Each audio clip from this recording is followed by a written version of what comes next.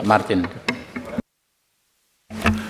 Terima kasih pimpinan, rekan-rekan anggota yang kami hormati, Pak Kapolres dan Pak Kajari, juga kuasa hukum. Saya ini tadi sudah panjang lebar disampaikan oleh rekan-rekan. Kalau di awal tadi sudah disampaikan oleh Pak Ketua, ini pendekar-pendekar KUHAP yang baru ini Pak. Ini senior-senior, mantan jenderal, jaksa sudah menyampaikan. Dan semua bulat menentang. Saya justru sekarang penasaran ini.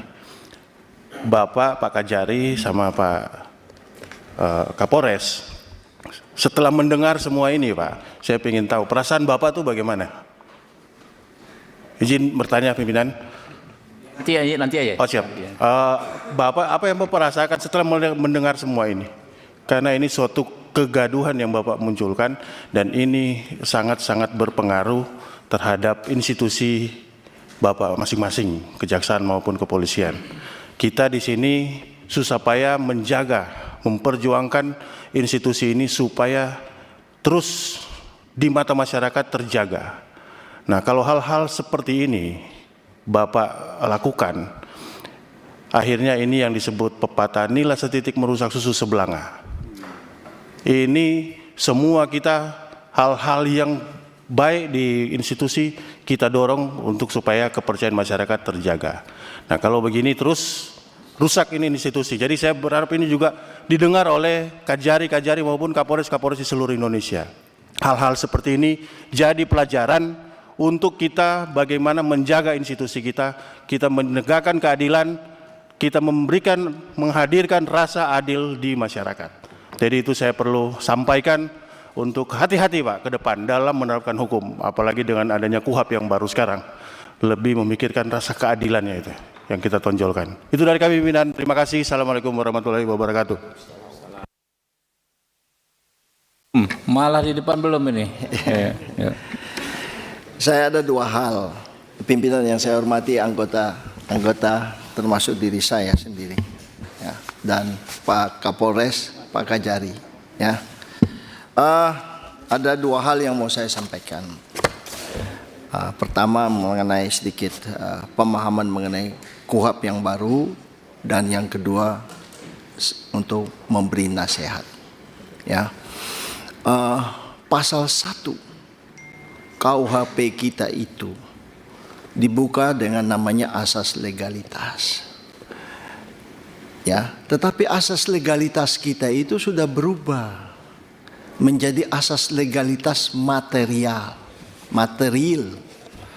Apa itu asas legalitas material? Menyeimbangkan antara kepastian hukum dan keadilan. Nah, ini tolong agar dipahami. Itu loh. Jadi bukan saja masalah kepastian hukum, tapi keadilan. Rekan-rekan kami tadi sudah menjelaskan secara terang benderang. Oleh karena itu, coba ini agar dipahami. Yang kedua, di dalam KUHP kita yang baru, sudah dengan tegas memisahkan antara perbuatan dan pertanggungjawaban pidana.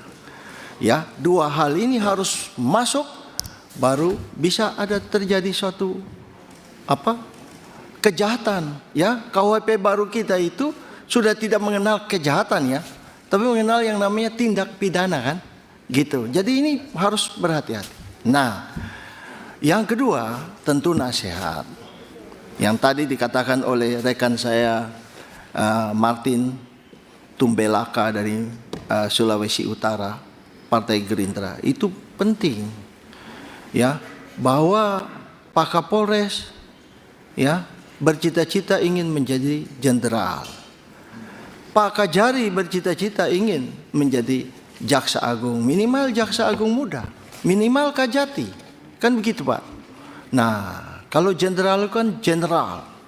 Harus berpikir luas. Ya, seperti yang tadi dinasihati oleh Pak Nasir Jamil tadi. Ya, presisi dari Pak Kapolri itu harus benar-benar dipahami.